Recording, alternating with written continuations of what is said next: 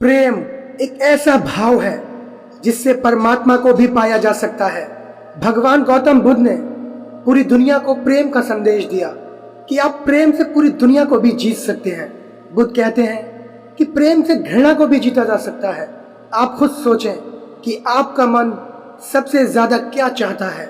इसका जवाब मिलेगा प्रेम, प्रेम और प्रेम। जी हाँ, दुनिया में चाहे पशु हो, पक्षी हो या कोई भी प्राणी हो, हर प्राणी का मन सिर्फ प्रेम चाहता है।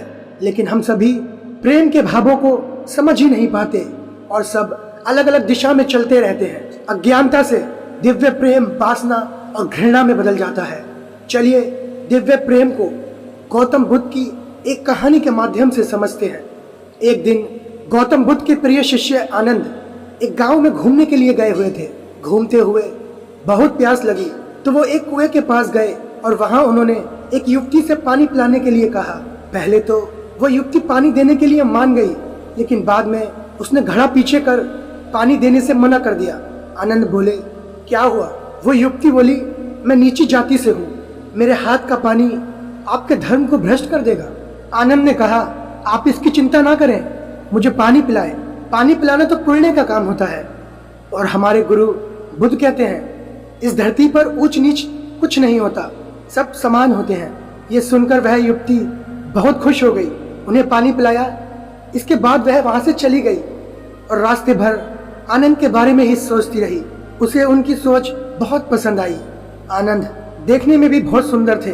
कोई भी आनंद से आसानी से मोहित हो जाता था। वो युवती भी आनंद पर मोहित हो गई। वो रोज कुएं के पास आती और उनका इंतजार करती।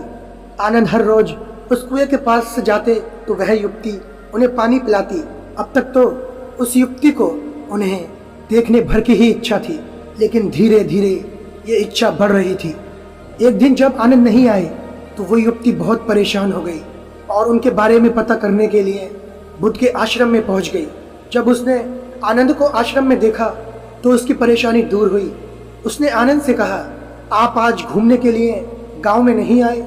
आनंद ने कहा, आज मुझे आश्रम में बहुत काम था। युवती ने कहा, आप जात पात का भेदभाव नहीं रखते तो आप मेरे घर खाने का निमंत्रण स्वीकार करेंगे? आनंद ने कहा, ये तो मैं बुद्ध से पूछकर ही बताऊंगा, अगर उनकी अनुमति मिल गई तो मैं अवश्य आऊंगा। यह सुनकर वह युवती खुश हो गई और वो वहां से चली गई। उस दिन वह पूरी रात सो न पाई। उसे लगा कि आनंद भी उससे प्रेम करता है, इसलिए वो उसके घर खाने पर आ रहे हैं। अगले दिन आनंद बुद्ध से अनुमति लेकर उस युवती के घर गए। युवती ने अलग अलग तरह के पकवान बनाए थे। आनंद ने बड़े प्रेम से उन्हें ग्रहण किया। उसके बाद उस युवती ने कहा, अगर आप ऊंच नीच का भाव नहीं रखते तो मैं क्या आपसे अपने मन की बात कह सकती हूँ? आनंद ने कहा, जरूर बोलो। युवती बोली, मैं आपसे प्रेम करती हूँ और आपसे शादी करना चाहती हूँ, क्या आप मुझसे शादी करेंगे? आनंद ने ये सुनकर कहा कि प्रेम करना कोई गलत बात नहीं है, प्रेम तो हर किसी को करना चाहिए, लेकिन मैं आपसे विवाह नहीं कर सकता। मैं एक सन्यासी हूँ और मेरे जीवन का लक्ष्य विवाह करना नहीं, मैं केवल बुद्ध की सेवा करना चाहता हूँ। युवती बोली, मैं आपको बुद्ध की सेवा करने से नहीं रोक रही हूँ, बल्कि मैं भी आपके साथ उनकी सेवा करूंगी। आनंद ने कहा, जो तुम सोच रही हो वो नहीं हो सकता। ये कहकर वो वहां से चले गए। अब वही प्रेम उस युवती के लिए पीड़ा का कारण बन गया। वो हर कीमत पर आनंद को पाना चाहती थी। जब ये बात उस युवती की माँ को पता चली तो उसने एक उपाय सोचा। उसने अपनी बेटी से कहा कि तुम अपनी माँ पर भरोसा रखो, आनंद तुम्हारा ही होगा। तुम उसे फिर से अपने घर खाने पर बुलाओ, मैं उसके खाने में बेहोशी की दवा मिला दूंगी, उसके बाद तुम उससे गंधर्व विवाह कर लेना। युवती ने कहा, क्या ये सही रहेगा? उसकी माँ ने कहा, प्रेम में सही और गलत कुछ नहीं होता। अगले ही दिन युवती आनंद से मिलने गई और कहा, क्या आप मुझसे नाराज हैं? आनंद ने कहा, मैं किसी से नाराज नहीं होता और आपने तो कुछ ऐसा किया भी नहीं है जिससे मैं नाराज हो जाऊं। तो क्या आप मेरे घर दोबारा भोजन करने आएंगे? आनंद ने कहा, मैं बुद्ध की अनुमति लेकर अवश्य आऊंगा।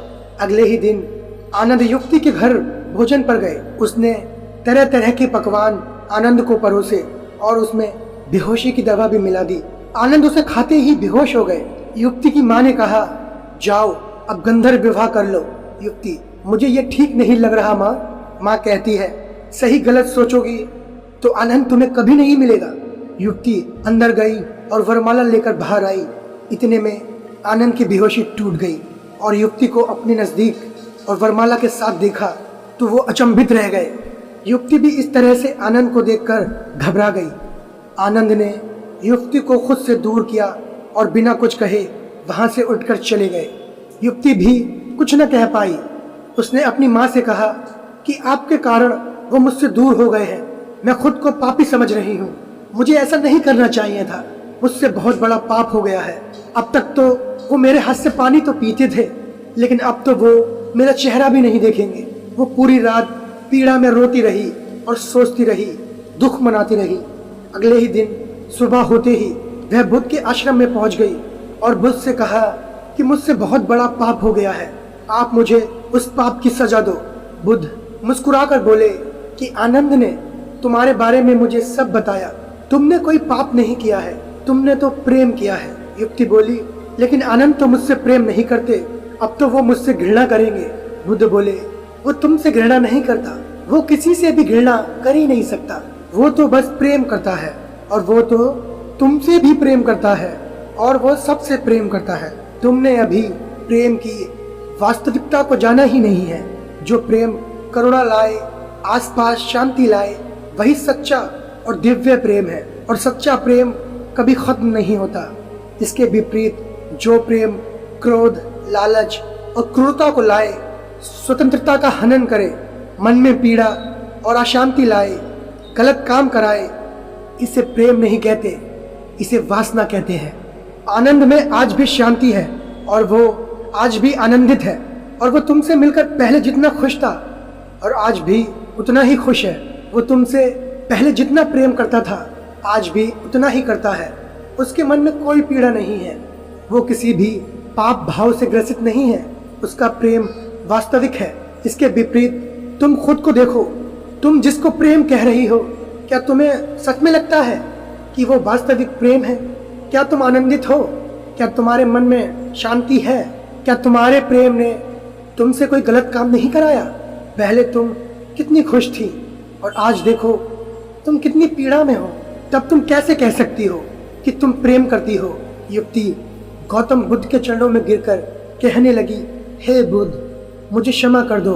आप सही कहते हैं कि मैं प्रेम को समझ नहीं पाई। आप मुझे अपने संग में शामिल कर लें। मैं भी वास्तविक प्रेम को समझना चाहती हूँ। हम सभी प्रेम करते हैं दोस्तों। माता पिता, भाई बहन, पति पत्नी, दोस्त, प्रेमी प्रेमिका, सभी को प्रेम करना चाहिए। लेकिन क्या हम जिस प्रेम के पीछे भागते हैं उसे समझते भी हैं? वास्तव में जिसे हम प्रेम समझ बैठे हैं वो वासना के अलावा और कुछ नहीं है। अगर आपका प्रेम आपको स्वार्थ की तरफ ढकेल रहा है तो आपको समझ जाना चाहिए कि आप प्रेम नहीं करते।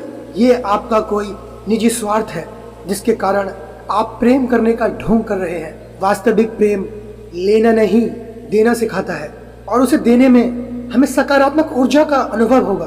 कहते हैं कि एक माँ अपने बच्चे को निस्वार्थ प्रेम करती है। वो अपने बच्चों के लिए सारे सुख दुख में हंसते हंसते अपना पूरा जीवन निकाल लेती है, लेकिन अपने बच्चों को जरा सी भी तकलीफ नहीं होने देती। लेकिन वही माँ दूसरों के बच्चों को भी वही प्रेम दे सकती है। अगर हाँ तो वो वास्तविक और निस्वार्थ प्रेम है। अगर नहीं तो वो लालच से भरा हुआ और जुड़ा हुआ प्रेम है। उसे वास्तविक प्रेम नहीं कहा जा सकता। दिव्य प्रेम हर प्राणी के लिए, हर इंसान के लिए, हर जानवर के लिए, हर पेड़ पौधों के लिए बराबर होता है। वो किसी में कोई फर्क नहीं करता। और जो हमारा प्रेम होता है वो वासना से परिपूर्ण होता है। वो प्राणियों में तो क्या, लोगों में भी भेद करता है। जैसे मैं उससे ज्यादा प्रेम करता हूँ, इससे कम प्रेम करता हूँ। प्रेम तो हर जगह बराबर होता है। तो दिव्य प्रेम की क्या क्या साधनाएं होती हैं, मुझे कमेंट करके जरूर पूछें। हम सभी अपने मन में दिव्य प्रेम को जागृत कर सकते हैं। और वासना क्या होती है, काम वासना क्या होती है, काम वासना मनुष्य के शरीर में कैसे पनपती है, उसे दूर करने के क्या उपाय है, इसके लिए मैं अलग से एक वीडियो बना चुका हूँ जिसका लिंक मैंने डिस्क्रिप्शन में डाल दिया है। और इस वीडियो के ख़त्म होने के बाद एंड स्क्रीन के रूप में भी वो वीडियो आपके मोबाइल और कंप्यूटर स्क्रीन में सामने आएगी। वहाँ क्लिक करके भी आप वो वीडियो देख सकते हैं। तो दोस्तों, कैसी लगी आपको ये कहानी कमेंट करके ज़रूर बताएं। अच्छी लगी हो तो इस चैनल को सब्सक्राइब कर लें और इस वीडियो को लाइक और शेयर करना ना भूलें। फिर मिलते हैं नई कहानी में, तब तक के लिए नमो बुद्धाय।